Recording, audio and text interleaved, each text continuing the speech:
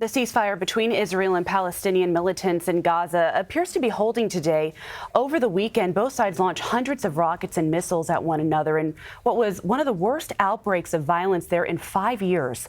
More than 20 were killed in Gaza and at least 4 more in Israel. CBS News foreign correspondent Seth Doan reports from Ashkelon, Israel, near the Gaza border. Israel's military struck back, hitting about 350 targets in the Gaza Strip. One of those Palestinian targets had been riding in this car. Israel's military says it was a senior Hamas figure. It was the first targeted assassination by Israel since 2014. Palestinians say an infant was also killed in one of the airstrikes. Her body was carried in a funeral procession. Her father said the children were playing and were struck by a missile shot from a drone. Palestinians fired close to 700 rockets and projectiles toward Israel. About 200 of them were intercepted, but one hit near this house. Well, we see the substantial damage. Lieutenant Colonel Jonathan Conricus showed us the damage today. He says this round of violence was sparked after Israeli soldiers were shot at by Palestinians during weekly Friday protests at the border. These ceasefires seem short-lived. Do you have any confidence that this will hold? There's no balance in this equation, and unfortunately, once the other side has an open goal of trying to militarily destroy Israel, it leaves very little room for optimism. Amir Tibon joins us now. He is the Washington correspondent for the Haaretz newspaper. Thank you for being here, Amir. Can you tell us more about the terms of the ceasefire and how it was actually negotiated? Well, one of the problems is that a lot of these negotiations are being held in secret, and we, the media in Israel, don't get the full picture about it. We are fed by different stories that come out in Palestinian media and Arab newspapers, and we are trying to build a picture and to combine that with the little bits of information that do come out of the Israeli government or the UN, all the sides that are involved in the negotiation. What we can say generally is that this ceasefire that I'm personally happy was reached, it's not very different than previous ceasefire agreements that we have seen between Israel and Hamas over the last few years.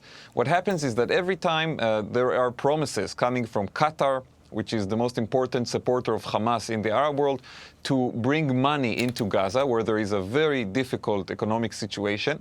And Israel agrees for that money to come in, but then there are all kinds of delays and problems. And once that happens, we see these outbursts of violence. So I think that this ceasefire right now, the terms would probably be money coming into Gaza from the Qataris, Israel giving all kinds of humanitarian and economic gestures that would allow to improve somewhat the situation, and Hamas holding back with the rocket fire.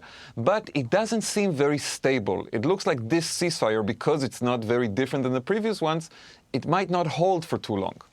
And you mentioned the outbreak of violence. Well, this time it came amid peace talks mediated by the Egyptians. So where do those talks stand now?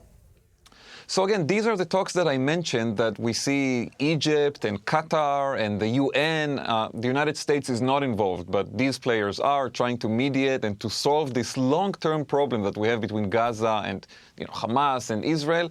And the talks are still going. And actually, as the fire was raging, as these rockets were launched at Israel and we saw the IDF bomb in Gaza, the talks continued in Egypt. But these are not direct negotiations. It's not Israelis sitting at the table and Hamas on the other side. It's the Egyptians, the Qataris doing the mediation and passing messages between the two sides. And that's why it's not a very effective mediation. It's not a very effective negotiation. Every time we do see an agreement come out of it, but usually it holds for a few weeks, at the best case a few months, and then everything blows up again. Well, the U.S. State Department did issue a statement saying, quote, "We stand with Israel."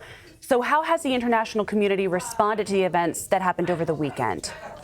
So we did see the Trump administration come and say that they support Israel and that they hope the ceasefire will be resumed, which is what we saw happen yesterday. And we did see condemnations coming from some European countries. I think the most important reaction actually was from the Arab world. We did not see, unlike in some previous cases, any denunciations of Israel coming from the Arab world. We didn't see leading Arab countries coming to express support for Hamas. I think this shows that there is some fatigue in the Arab world from this issue. There is a real sense that nothing is happening between Israel and the Palestinians, and many Arab countries would like this issue to be resolved and to see progress, and they are not very happy with how Hamas has been running the situation. Either way, it's devastating to see pictures of people in such pain. Amir Tibon, thank Absolutely. you. Thank you for joining us. Thanks for having me.